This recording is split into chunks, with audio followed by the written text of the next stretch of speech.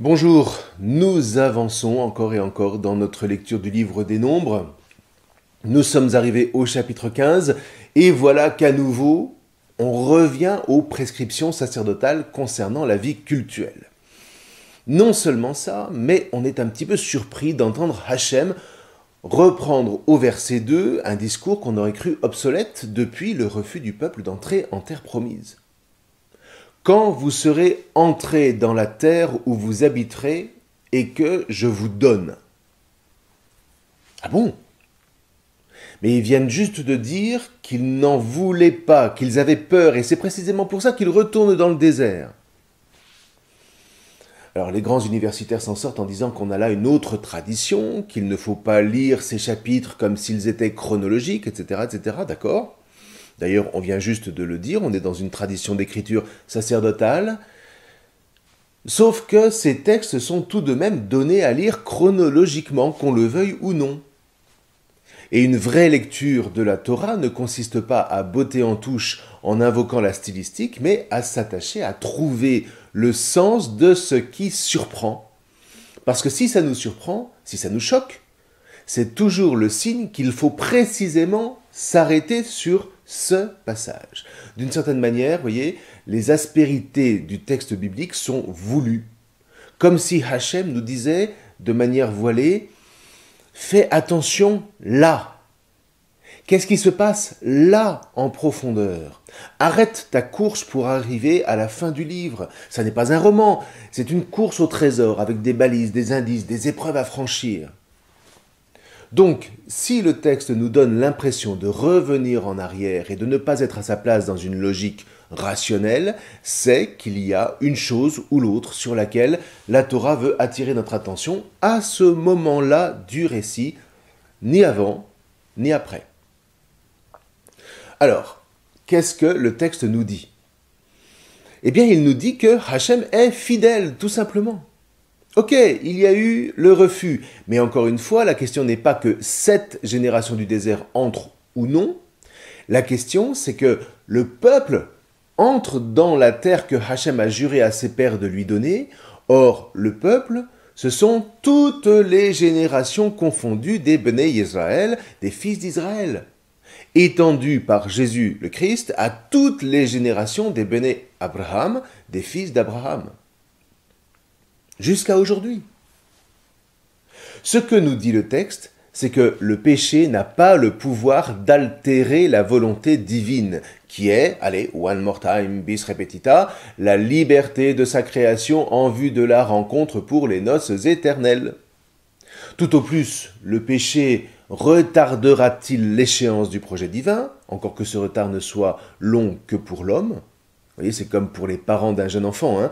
Le jeune enfant est pressé de grandir, de devenir adulte, et le temps lui semble interminable, alors même que les parents, eux, diront toujours, une fois qu'il a grandi, qu'ils n'ont pas vu le temps passer, malgré toutes les bêtises qu'il a pu accumuler, voire même tous les pleurs qu'il a pu engendrer. Vous voyez, la religion de la Bible vise à faire grandir l'homme. Toutes les religions autres que bibliques, elle, élabore des divinités à la mesure des hommes. Mais la Bible, elle, a pour ambition de faire l'homme à la mesure de Dieu. Et ça n'est pas la même chose. De ce point de vue, elle s'oppose même à l'islam, tout monothéisme que ce soit. Dans la mesure où le Dieu biblique est abandonné, toute idée de rencontre avec le divin est une obscénité pour un musulman dont l'horizon se réduit à la mesure humaine. Ça ne veut pas dire que les musulmans ne peuvent pas être des justes parmi les nations, Charles Foucault l'a dit. Mais toute cette dynamique d'élévation du genre humain jusqu'à s'unir à Dieu leur est juste inconcevable, quand elle ne leur est pas insupportable. Donc, pour en revenir à notre verset 2, que ce ne soit pas cette génération qui entre, mais ses enfants, l'important c'est de toute façon que le peuple entre en terre promise. Au demeurant, si les enfants entrent, c'est que leurs parents ont tenu leur rôle en transmettant cette soif de la terre, cette soif de la vraie liberté à laquelle conduit l'obéissance à Hachem et à sa Torah. Donc, d'accord, cette génération ne rentre pas, mais ça ne veut pas dire encore une fois, non plus, qu'elle baisse les bras. Le cadre de la Torah est clair, notamment en ce qui concerne les bénédictions et les malédictions de l'Alliance à la fin du Lévitique. Certes, les fils d'Israël ont mal joué ce coup-ci, pour ainsi dire, mais ils ne sont pas sortis du cadre pour autant. Grâce à quoi? Eh bien, grâce à l'intercession de Moïse. Donc, ils vivent la sanction prévue au chapitre 26 du Lévitique, manière de nous dire, vous avez cru que Hachem plaisantait. Ah, mais non. Maintenant, si on sait que Hachem ne plaisante pas pour les malédictions dans l'Alliance, c'est donc qu'il ne plaisante pas non plus pour les bénédictions. Ouf! On peut donc tout espérer. On a là le nerf de toute la foi d'Israël, l'espérance. Et quand vous êtes en exil et que vous entendez ces paroles proclamées, alors, même dans les pires adversités, l'espérance ne faiblit pas. Alors, avec tout ça, quand l'entrée sera donc effective, sous-entendu pour la génération qui suivra, eh bien, il faudra poursuivre les offrandes, les korbanim, pluriel de korban. Mais cette fois, eh bien, on va prendre en compte le fait qu'on sera sur la terre de Canaan, avec des populations qui vivront au milieu des fils d'Israël. C'est ce qui fait la différence avec les prescriptions du Lévitique. Mais il y a autre chose de nouveau qui intervient ici, à savoir l'association des oblations, mincha, les oblations de farine, de pain ou de galette, à des libations de vin, yayin neser. Alors, il y a bien eu par-ci par-là quelques mentions de libations, mais le plus souvent, il s'agit de libations d'huile. Les libations de vin n'ont été évoquées qu'une ou deux fois, alors qu'ici est établi un barème cohérent qui ressemble plus à une tarification qu'à un rituel proprement dit. On retrouve le même genre de tarification dans tout le pourtour méditerranéen de la haute antiquité. Et sans doute est-ce là une pratique très ancienne. Par exemple, vous voyez, on nous dit que Hanna, la mère de Samuel, suite au vœu qu'elle avait fait de consacrer son fils à Hachem, monte au sanctuaire de Silo, Jérusalem n'existait pas à l'époque, en apportant 3 taureaux, une mesure de farine et une outre de vin. C'est en 1 Samuel, chapitre 1, verset 24. Peu après, dans le même livre, on nous présentera le roi Saül, rencontrant 3 hommes qui montent vers Dieu à Bethel, un portant 3 chevreaux, l'autre 3 miches de pain et le troisième une outre de vin. Plus tard encore, le prophète Osée parle de libation de vin au chapitre 9 de son livre, mais aussi Ézéchiel, Esdras, etc., etc. Sans parler évidemment du grand passage qui évoque l'offrande du roi Melchitsédek en Genèse chapitre 14, faite de pain et de vin. Donc la pratique de libation de vin associée à l'oblation de pain apparaît ancienne et assez bien attestée. Ceci dit, quel est le sens de ces libations de vin dans la Torah? Eh bien, il semble qu'on puisse associer le vin comme étant le sang des raisins, pour reprendre l'expression de Jacob, c'est dans le livre de la Genèse au chapitre 49, dans la bénédiction de son fils, Judas. Ce sang végétal, donc, est associé à l'offrande végétale de la même manière que le sang de l'animal est versé sur ou autour de l'autel des offrandes. On a un écho de cette signification au chapitre 50 du Siracide à propos de Shimon, un prestigieux grand prêtre qui est resté dans les mémoires de son peuple 2 siècles environ avant Jésus-Christ. Tandis qu'il achevait l'office sur les autels pour embellir l'offrande du Très-Haut Tout-Puissant, il étendait la main sur la coupe et faisait la libation du sang du raisin. Il la versait sur les bases de l'autel, parfum apaisant pour le Très-Haut, le roi suprême. Alors les fils de Aharon poussaient des cris, ils sonnaient de leurs trompettes de métal battu et faisaient entendre un grand bruit en mémorial devant le Très-Haut. Alors tout le peuple à la fois s'empressait et tombait la face contre terre pour adorer son Seigneur le Tout-Puissant, le Dieu Très-Haut. Vous entendez? Pour la Torah, la question n'est vraiment pas d'offrir un sacrifice sanglant pour apaiser ou pour nourrir la divinité comme on le trouve partout ailleurs. Il s'agit de faire monter toute la création vers Hachem en prenant soin de recueillir ce qui en porte la vie, à savoir le sang des animaux pour le règne animal et le sang du raisin pour le règne végétal. Le tout, ajoutent les rabbins, sur l'autel de pierre pour signifier le monde minéral.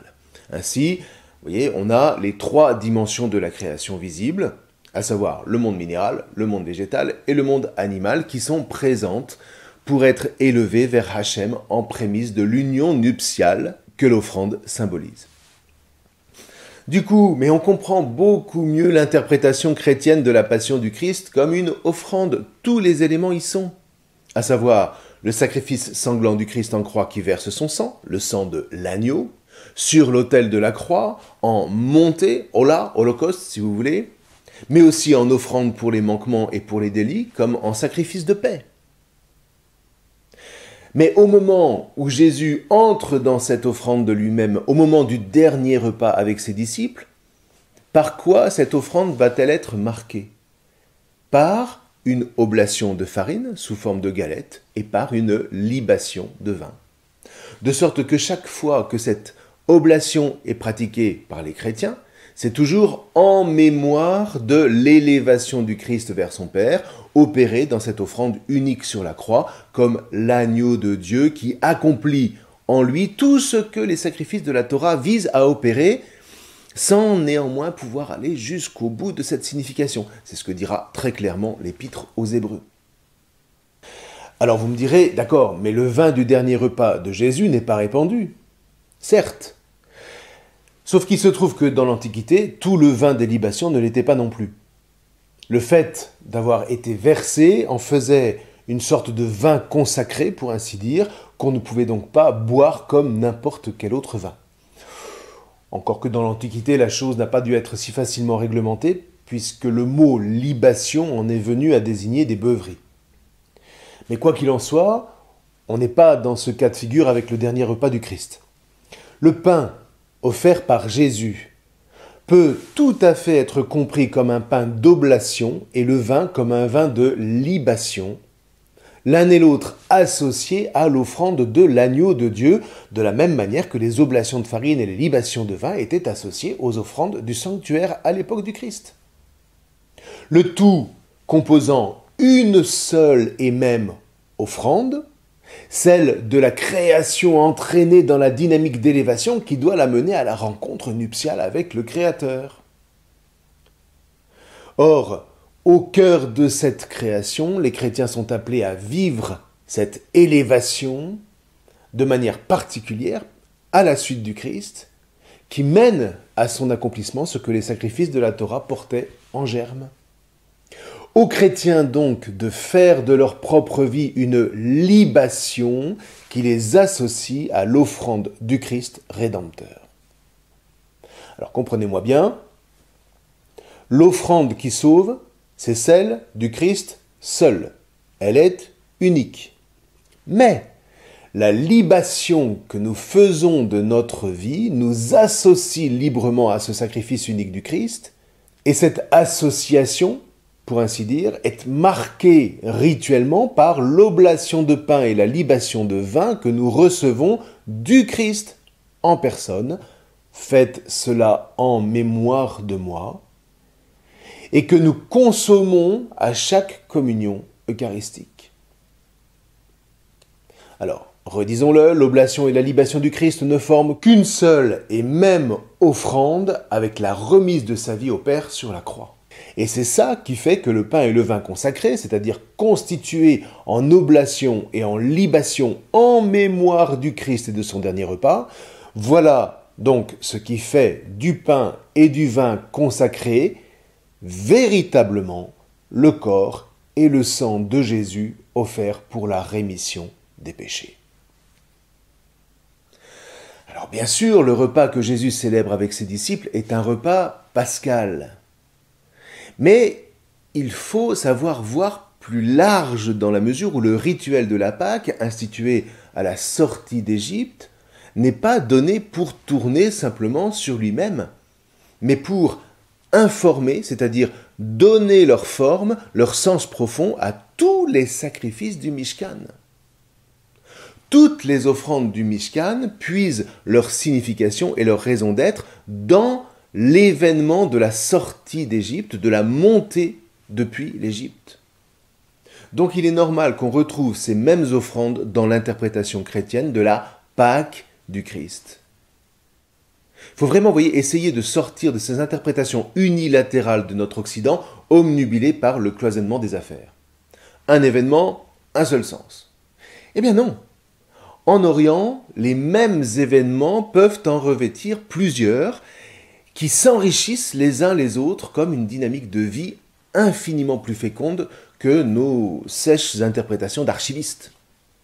Du coup, comme le sacrifice du Christ est unique, ce que rappelle vigoureusement encore une fois l'Épître aux Hébreux, au sens où il est l'agneau de l'offrande, eh bien il nous reste, pour nous unir à son sacrifice, à offrir chaque dimanche l'oblation de farine et la libation de vin qui lui est attachée.